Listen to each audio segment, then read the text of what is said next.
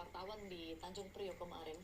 Menurutnya tarif 100% antara Amerika Serikat dan China ini bisa membuka peluang baru bagi ekspor Indonesia, khususnya komoditas dan produk manufaktur yang selama ini kalah harga di pasar Amerika. Barang kita jadi tutup di sesi 1 di zona hijau di level 8.200-an atau naik 0,02%. Dan kalau misalkan kita lihat ya, dalam konteks yang lebih luas lagi, pernyataan Purbaya ini menunjukkan strategi RI memanfaatkan keretakan global untuk memperluas akses dagang dan menjaga iklim investasi domestik. Namun pasar belum selesai karena ada fenomena khusus setiap Oktober yang kembali diuji di tahun ini. Kira-kira ada fenomena apa? Ya, bear killer. Ya, secara historis Oktober dianggap sebagai bear killer. Ini bulan yang kerap kembali atau membalikan pasar dari bearish ke bullish.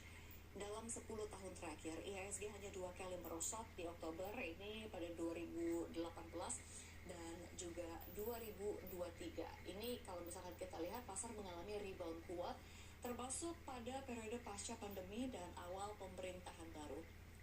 Namun, ini di bulan Oktober 2025 agak beda begitu ya. Ada Trump, lalu juga ada tarif, ada juga shutdown pemerintah Amerika Serikat yang masih berlangsung. Meski begitu, sejumlah analis menilai gelombang koreksi ini tak akan sedalam awal tahun. Trump memang pernah membuat pasar terjun bebas di April lalu saat tarif resiprokal diumumkan.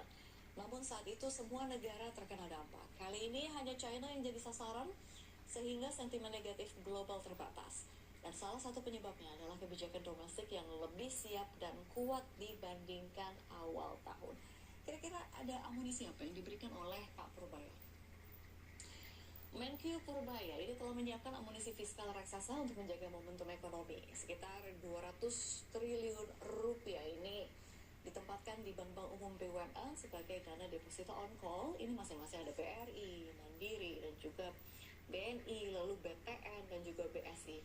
Langkah ini kalau kita lihat ya, ini untuk mendorong penyaluran kredit, likuiditas, dan juga pertumbuhan ekonomi di kuartal 4. Nggak hanya itu, pemerintah akan menempatkan tambahan 10 hingga 20 triliun ini di bank pembangunan daerah seperti BJTN dan juga DKI begitu ya.